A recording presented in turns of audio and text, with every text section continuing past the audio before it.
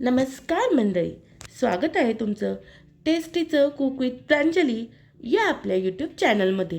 तर पुन्हा एकदा मी तुमचं टेन्शन दूर करायला आले आहे. आहा, ते वालं टेन्शन नाही, रोज रोज नाश्त्यासाठी काय बनवायचं हे टेन्शन. तर तुमच्यासाठी मी आज चटपटीत अशी रेसिपी घेऊन आलेली आहे. तर तुमच्या घरचे पण नाश्त्यासाठी रोज रोज तेच खाऊन खाऊन कंटाळलेत का? नको तो उपमा, नको तो शिरा, पोह्याने होतंय पित्त, तर माझ्या पद्धतीने बनवा चुडा, सर्व करतील फस्त. हो हो, चुडाच, चिवडा नाही. तर ही खरं तर ना, ही रेसिपी ना यूपीची आहे, म्हणजेच उत्तर प्रदेशची. माझी एक यूपीची खास मैत्रीण आहे, तिने मला ही शिकवली आहे. खूपच यम्मी लागते. तर चला तर मग रेसिपीला सुरुवात करूया. तर इथे मी पहिल्यांदा आपण जे कांदे पोहेसाठी पोहे वापरतो ते 2 कप घेतलेले आहेत. हे पोहे आपल्याला भिजवून घ्यायचे नाही आहेत. त्यानंतर इथे मी अर्धी वाटी हिरवा वाटाणा घेतलेला आहे. त्याचबरोबर 2 ते 3 चमचे शेंगदाणे, कढीपत्ता, 1 कांदा आणि 2 हिरव्या मिरच्या. तर चिवडा बनवण्यासाठी कांदा आणि हिरवी मिरची मी इथे चिरून घेतलेली आहे. त्यानंतर गॅसवरती एक कढई ठेवा. पहिल्यांदा तर चिवडा बनवण्यासाठी आपल्याला आपले जे आपण 2 कप पोहे घेतलेले होते ते भाजून घ्यायचे आहेत. आणि पोहे भाजताना गॅस हा तुम्ही एकदम बारीक करून घ्या, नाहीतर आपला पोहे करपण्याची शक्यता असते. मी इथे पोहे स्वच्छ चाळून घेतलेले आहे. पोहे असेच 3 ते 4 मिनटं असे हलवत हलवत बारीक गॅसवरती भाजून घ्यायचे आहेत. तुम्ही इथे बघू शकता आपले पोह्यांचा आकार थोडा बदललेला आहे, म्हणजेच पोहे भाजत आलेले आहेत. आता अजून 1 ते 2 मिनटं मी असेच परतवून घेणार आहे. आता हे बघा, आपले पोहे असे छान असे भाजून झालेले आहेत. असे हाताने जस्ट क्रंच करून बघायचे.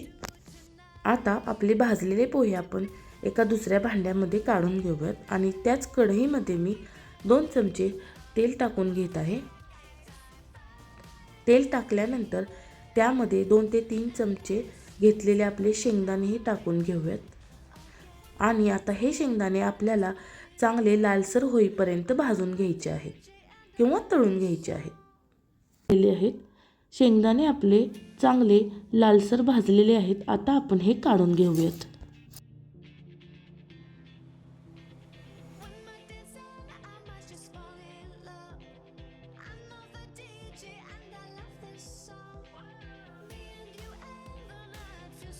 आता शेंगदाणे काढून झाल्यानंतर त्याच तेलामध्ये 1 टीस्पून एवढी मोहरी तडतडल्यानंतर त्याचमध्ये 1 टीस्पून एवढे जिरे टाकत आहे. आणि जिरे मोहरी भाजल्यानंतर आपण त्यामध्ये अर्धी वाटी वाटाणा घेतलेला आहे तो टाकून घेत आहे. वाटाणा टाकल्यानंतर आपण चिरून घेतलेली हिरवी मिरची ही यामध्ये टाकत आहे. तुम्ही इथे बघू शकता 2 ते 3 मिनटं मला हे सर्व भाजून झालेले आहेत आणि आपला वाटाणा आणि हिरवी मिरचीही चांगली भाजलेली आहे. त्याचमध्ये मी कढीपत्त्याची पाने टाकून घेत आहे. कढीपत्ता भाजल्यानंतर आपण जे भाजून घेतलेले पोहे होते तेही यामध्ये ॲड करून घेऊयात.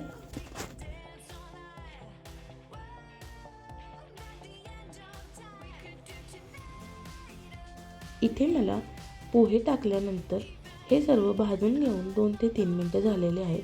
त्यामध्येच आपण आपले तळलेले शेंगदाणे टाकून घेऊयात.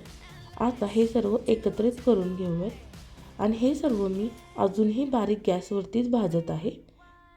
आता यामध्ये आपण अर्धा टीस्पून आमचूर पावडर टाकून घेऊयात. आमचूर पावडरने आपल्या चिवड्याला छान अशी चटपटीत टेस्ट येते. आणि चवीनुसार मीठ टाकून घेत आहे.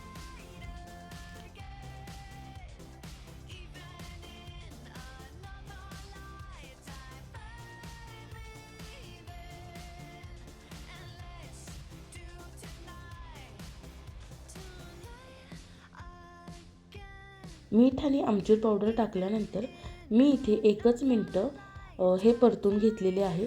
तुम्ही बघा, आपले पोहे अजून कुरकुरीत झालेले आहेत आणि मी गॅस बंद केलेला आहे.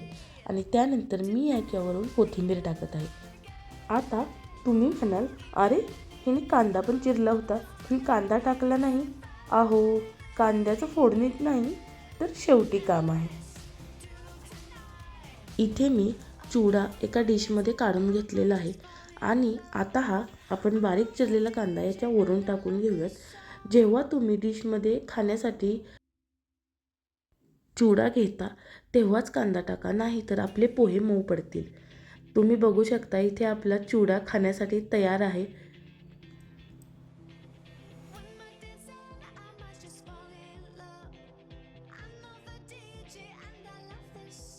तुम्ही बघा आपली डिश किती कलरफुल आणि यम्मी अशी दिसते. तर नक्की करून पहा चिवडा आणि मला नक्की कळवा कमेंटमध्ये की आपली आजची रेसिपी कशी झाली होती आणि तुम्ही बनवली की नाही. आणि याचबरोबर तुम्हाला अजून कोणकोणत्या रेसिपीज पाहायला आवडतील हेही मला कमेंट करून नक्की सांगा.